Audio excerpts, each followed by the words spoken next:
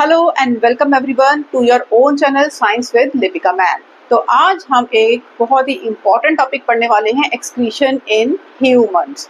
तो बच्चों देखो, हमारे ब्लड में जो भी वेस्ट सब्सटेंस है that is required to be excreted out of our body, because अगर वो जो एक वेस्ट सब्सटेंस है जैसे कि यूरिया हो गया, यूरिक एसिड हो गया या एक्सेस ऑफ वेस्ट सॉल्ट्स हो गए, वो हमारी बॉडी में घूमते रहेंगे तो वो हमारी बॉडी में टॉक्सिसिटी यानी कि पॉइजनस सब्सटेंस क्रिएट कर देते हैं। तो इनका हमारे ब्लड में होना can be dangerous, it can be fatal for our body. तो इनको हमें अपनी बॉडी से रिमूव आउट करना पड़ता है। तो इसके लिए there is a process which is known as excretory system. तो आज हम एक्सक्रीटरी सिस्टम को बहुत ज़्यादा डिटेल में पढ़ेंगे। तो चलो लेट अस स्टार्ट। तो देखो बच्चों, होता क्या है हमारी बॉडी में ऑर्गन ऑफ एक्सक्रीशन, आपको पता है अ पेयर ऑफ किडनी होते हैं, kidney, a pair of ureter, urinary bladder and the opening which is known as urethra.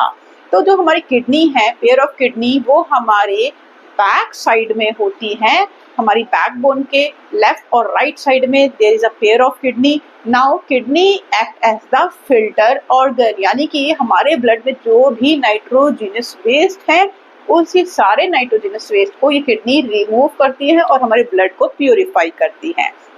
Now देखो, हमारी जो किडनी है ना, ये मिलियंस ऑफ माइक्रोस्कोपिक यूनिट्स की बनी है जिनको हम बोलते हैं नेफ्रॉन, जिसका डायग्राम आप इस बोर्ड पे देख सकते हो। अब ये जो एक नेफ्रॉन है ये कैसे फंक्शन करता है, इसको आज हम डिटेल में पढ़ने वाले हैं। यानी कि हम क्या पढ़ने वाले हैं, हम पढ़ने वाले हैं formation of urine in humans. Now देखो, लेट अस फर्स्ट अंडरस्टैंड कि इसका स्ट्रक्चर कैसे है। इसका स्ट्रक्चर स्टार्ट होता है बच्चों यहाँ से। ये जो आप कप शेप स्ट्रक्चर देख रहे हो, इस कप शेप स्ट्रक्चर को हम बोलते हैं बोमेन्स कैप्सूल। बोमेन कैप्सूल के अंदर here you can see there is a network of capillary. ये जो नेटवर्क यानी कि गुच्छा है कैपिलरीज का, इसको बोला जाता है ग्लोमेरुलस। तो ये एक 1 मार्क का क्वेश्चन आता है आपके बोर्ड के पेपर में, what is glomerulus. So you can write network of capillaries present in the Bowman's capsule is known as glomerulus. अब देखो, ये जो ग्लोमेरुलस है ना, यहाँ पे आप देख रहे हैं एक ब्लड वेसल आ रहा है। ये जो ब्लड वेसल है ये किडनी के अंदर डर्टी ब्लड को लेके आता है जिसके अंदर नाइट्रोजनस वेस्ट है, यानी कि इससे सारा हमें नाइट्रोजनस वेस्ट रिमूव करना है किडनी को, ठीक है। अब ये जो डर्टी ब्लड आता है इसको लेकर आती है renal artery. 1 marker question again, इसको अच्छे से अपनी नोटबुक में नोट्स बना लो। अब मेरे साथ यहाँ पे नोटबुक लेके बैठो और जो जो इंपॉर्टेंट पॉइंट्स हैं उनको मार्क करते चलो। एनसीईआरटी में भी आपको सेम यही डायग्राम मिलेगा, ये थोड़ा सा सिंप्लीफाइड है, तो आप यहाँ पे साइड में लिखते चलिए कि जो जो इंपॉर्टेंट पॉइंट है उनके यहाँ पे आंसर्स लिखते चलिए।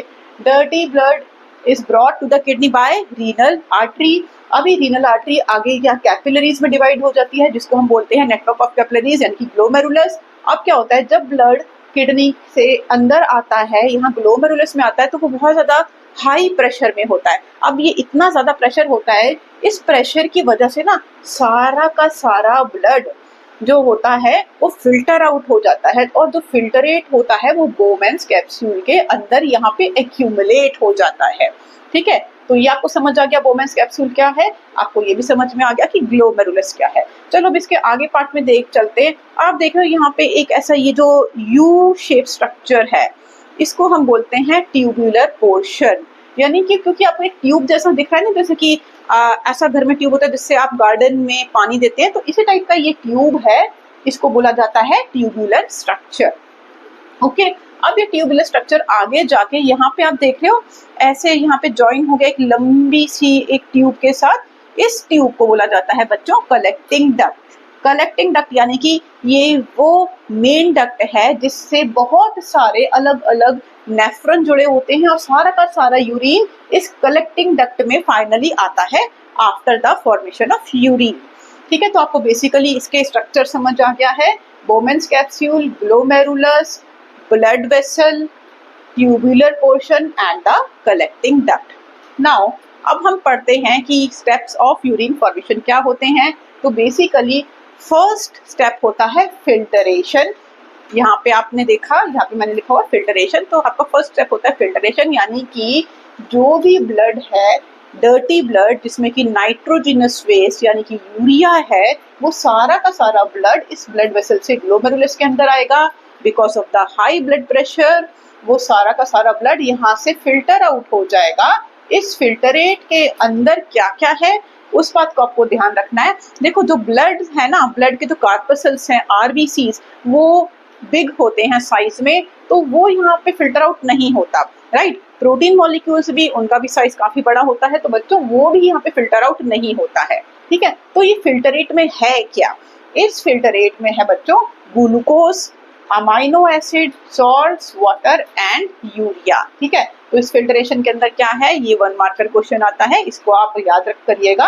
Glucose, amino acid, salts, water and urea, जितना भी यूरिया है यानी कि हमारा नाइट्रोजनस वेस्ट है वो भी इस फिल्टरेट के अंदर एक्यूमुलेट हो जाता है। नाउ द सेकंड स्टेप, अब देखो जो फिल्ट्रेट है इस बोमेन्स कैप्सूल के बाद इस ट्यूबुलर पोर्शन के अंदर एंटर करेगा और यहाँ डाउनवर्ड मूव करेगा।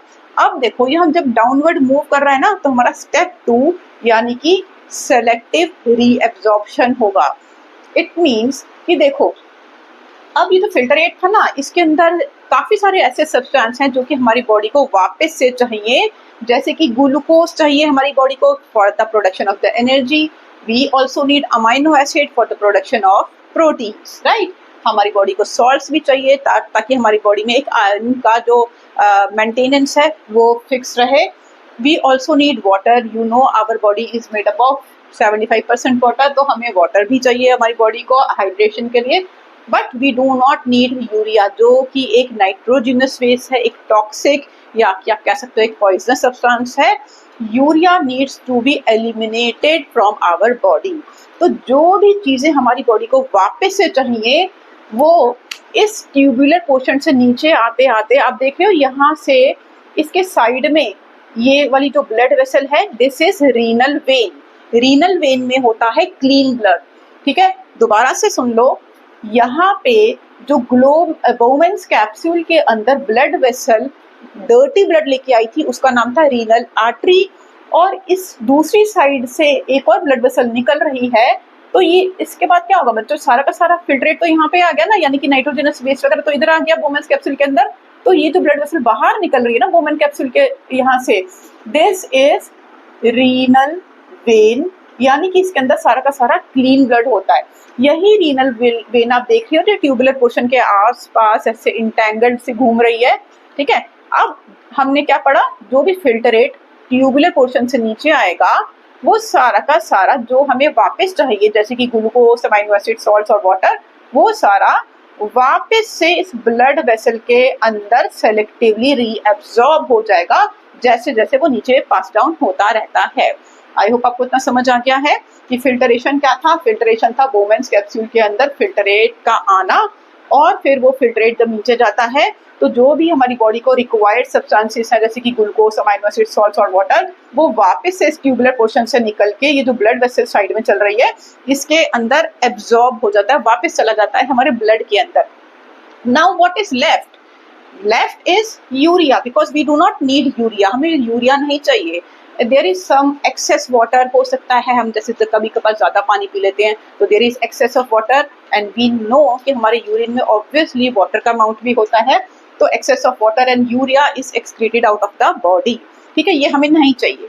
तो हमारी सेलेक्टिव रीअब्जॉर्प्शन में क्या क्या हुआ बच्चों, all the glucose, all the amino acid, most of the salts, most of the water is reabsorbed in the blood here in this portion, in this tubular portion. What is not reabsorbed? Nitrogenous waste, which is urea या फिर uric acid, ये हमारी body में reabsorb नहीं होते।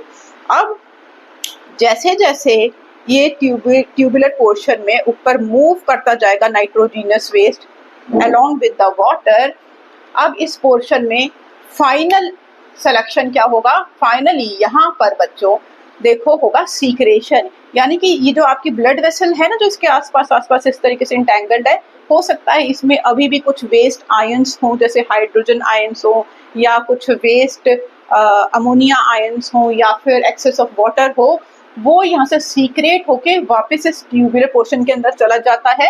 Now अब इस tube के अंदर बेसिकली है क्या, it is having some water, some amount of salt, all the urea which finally forms urine, ठीक है। तो अब इसके अंदर क्या है, इसके अंदर सारा का सारा यूरिन है which is containing nitrogenous waste। अब ये यूरिन कहाँ चला जाएगा? फाइनली ये चला जाएगा कलेक्टिंग डक्ट में। This is known as the collecting duct. आप यहाँ पे देख रहे हो बहुत सारी ओपनिंग्स भी हैं।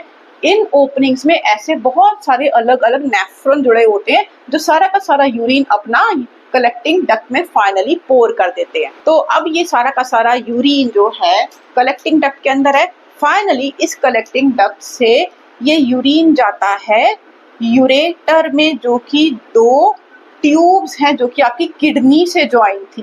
ठीक है, आपकी 2 किडनीज हैं, लेफ्ट एंड राइट किडनी। इन किडनी से 2 ट्यूब्स ज्वाइन होती हैं, which is known as ureter. ये यूरिन चला जाएगा यूरेटर में। यूरेटर से फाइनली ये जाएगा आपके यूरिनरी ब्लैडर में। यूरिनरी ब्लैडर एक बलून जैसा स्ट्रक्चर होता है जो कि यूरिन को होल्ड करता है till you passes out, and finally there is an opening which is known as urethra. Urethra से सारा का सारा urine will be excreted out with a nitrogenous waste. So this was the process of excretion. And yes, there is a question for you. आप मुझे बताओ कि although we have 2 kidneys, अगर किसी इंसान की एक किडनी खराब हो जाए, ठीक है, डैमेज हो जाए, तो क्या वो पर्सन सिर्फ एक किडनी की मदद से हेल्दी लाइफ स्पेंड कर सकता है या नहीं? ये मुझे कमेंट करके बताइएगा। तो चलिए, अगर आपको ये अच्छे से समझ में आया हो, वीडियो अच्छी लगी हो, तो आपकी नॉलेज गेन हुई हो, तो इस वीडियो को अपने फ्रेंड्स के साथ शेयर करना। और मिलते हैं एक और नई वीडियो में। वीडियो को लाइक करना, सब्सक्राइब करना। Till then keep learning, bye.